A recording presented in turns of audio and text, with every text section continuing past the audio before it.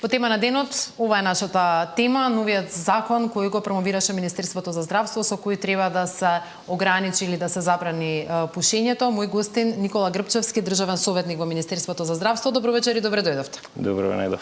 Го поставивте предлог законот на ЕНР, веќе јавноста детално се запознава затоа што има голем број на граѓани кои што се засегнати. Имате една амбициозна агенда дека до 1 март може да заврши јавната расправа, да се усвои и да почне да се спроведува после години непочитување на никакви правила поврзани со пушењето. Зошто во Министерството за здравство сега има интерес толку брзо да се действа? Така е. Видете, амбициозна е агендата точно. Реално се соочуваме со една јавна здравствена криза.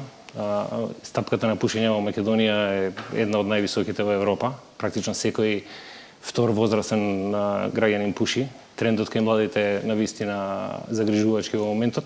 Пушењето, знаеме сите дека е водечка причина на превентивилна болест и смрт.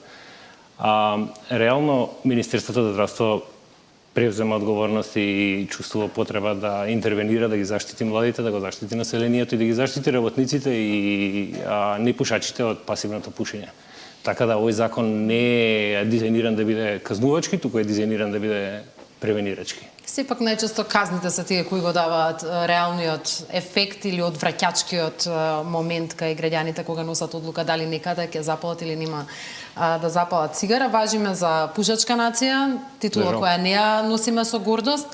Кои се тие последни бројки кои ги имате, кои го вклучи алармот дека нешто тука треба да се промени? Практично 45% од населението пуши.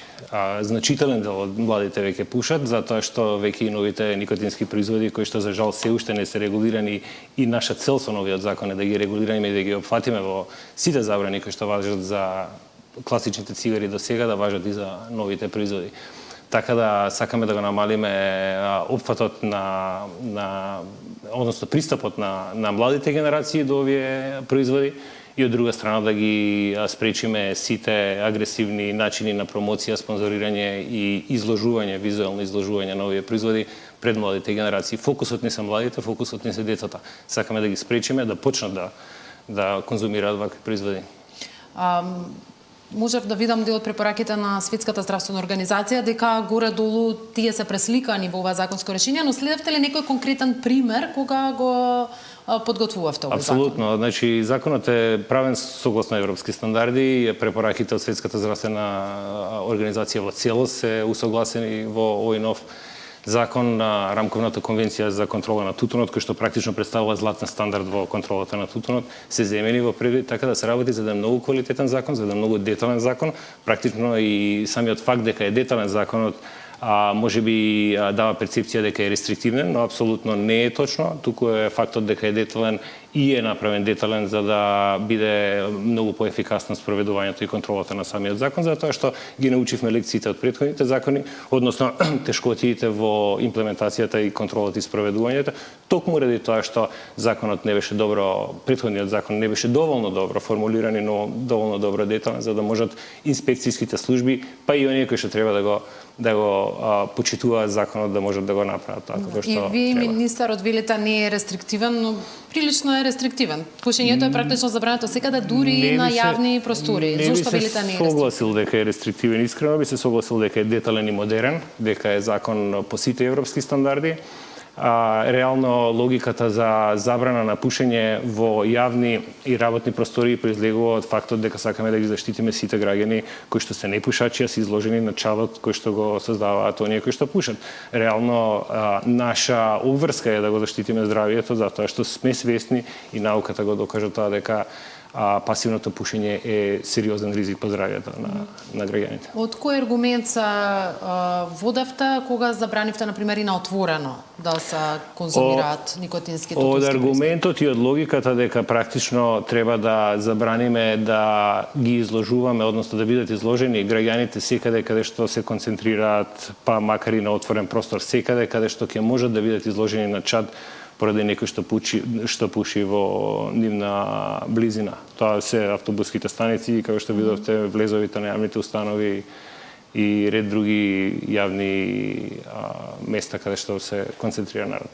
Веќе се соочивте со одредени реакции во делот на угостителството и како сето ова ќе влијае на овој бизнис. Сегашното законско решение од 2018-та чинам дека беше баш некое компромисно решение помеѓу претходното, кое беше прилично рестриктивно во делот на пушењето во угостителски објекти и барањата на угостителите да се најде никакво решение. Можни ли се и сега компромиси со оглед на тоа што сегашното решение е само во некоја драфт верзија? Да бидем искрен, нема големи разлики со оглед на тоа дека и сега е дозволено пушење на терасите кога станува збор за угостителските објекти, со тоа што новиот закон многу појасно ги дефинира што значи тераса, што значи овозможување вентилација на таа тераса, повторно да го спречиме негативниот ефект на чадот. Така да повторно е дозволено пушење на терасите со тоа што јасно дефинираме како треба тоа да се изведе од страна на угостителите, што се однесува до опадот на промет до опаѓањето на промет на угостителските објекти. Не би се сложил за тоа што европските искуства покажуваат, напротив, дека после одредено време и нови гости доаѓаат во овие објекти кои што се зони без чад или добро вентилирани зони. Така да, исто така и обврска на Министерството за здравство да ги заштити и угостителските работници кои што се по цела смена изложени на тој чад, што навистина е недозволиво. Да, значи не оставате голем простор за никаков компромис, затоа што она што веројатно ќе биде интенцијата во тие барања е да се овозможат посебни лиценци или посебни простори во рамки на угостителските објекти. Оставате простор за такво нешто или не? Знаете што, она што треба да го направат угостителите сега е да ги тргнат пластичните фолии и стаклата кои што ќе ги тргнат до 1 март секако, затоа што ќе запролети. Реално, потребна ни е реална вентилација таму каде што ќе се дозволи да се пуши. Законот дозволува да се пуши на отворените тераси на угостителските објекти. Нема што повеќе од тоа да се направи, само што треба реално да се спроведе. Да. Оние бројки кои можев да ги најдам се дека околу 4000 до 5000 имаме смртни случаи годишно како последица на пушењето. Слични се бројките и тие секако не се прецизни, меѓутоа се движат во одредени рамки процентуални и на оние кои што го губат животот како последица на загадениот воздух. Нели сметате дека можеби недостасува еднакво енергична акција кога станува збори за тоа каков воздух дишаме надвор, затоа што тоа е колективен проблем и за пушачи, и за непушачи, и за деца, и за болни, а овде зборуваме за индивидуална одлука на крајот од денот дали некој ќе пуши или нема да пуши. Едно по едно. Ова е начин на кој што ние можеме да влијаеме како Министерство за здравство. Не е само тоа дека ние забрануваме, односно не забрануваме некој изборот да пуши, туку забрануваме да му наштети на оној кој што не пуши, а го изложува на чадот од пушење. Така да практично не станува за забрана, односно рестрикција на избор за пушење, туку едноставно заштита на оние кои што се во околината, во затворен простор, јавен простор или на работно место. Да, ве разбирам, и не е во ваша надлежност директно тоа каков воздух дишаме, но здравствените последици од дишењето на таков воздух се сепак нешто со кое што се соочува Министерството за здравство. Можете да иницирате, да барате, вршите притисок за можеби вака еднакво енергични политички потези кои ќе овозможат да дишеме почист воздух. Секако ќе дојде време и за тоа. Затоа реков едно по едно. Она што можам да ви кажам е дека 1/3 од канцерите на бели дробови се директно причинети од пушење. Мислам дека тоа е една јавна здравствена политика која што навистина е неопходно да се преземе што е можно поскоро. Да, согласувам за тоа. До 2018 година ние сепак имавме малку порестриктивен закон од оној кој во моментов е на сила. Овие најлони кои ги има пред угостителските објекти исто така не беа дозволени, но можевме да видиме дека законот се применува главно во главниот град и уште попрецизно во центарот на Скопје. Надвор од тоа законот беше малтане само на хартија. Што е поразлично денес од периодот пред 2018 година за да граѓаните веруваат дека законот ќе се почитува еднакво на целата територија на државата? Знаете што, тоа што ќе биде поразлично денес, она што можам со сигурност да го кажам како дел од Министерството за здравство е тоа што ќе продолжиме и она што го спомна и министерот во денешната прилика, ќе продолжиме со едукацијата и со комуникацијата, во смисло дека нема само да се потпреме на казните, нема само да се потпреме на инспекцијските служби, капацитетите се тие што ги имаме, ќе помагаме со тоа што даваме многу подетален, многу поразработен закон кој што многу поедноставно и поефикасно ќе се спроведе на терен, но исто така мораме да се потпреме на свеста на индивидуалната свест на граѓаните и колективната свест на граѓаните. Сепак закон од овој тип треба првенствено да се спроведува и почитува доброволно.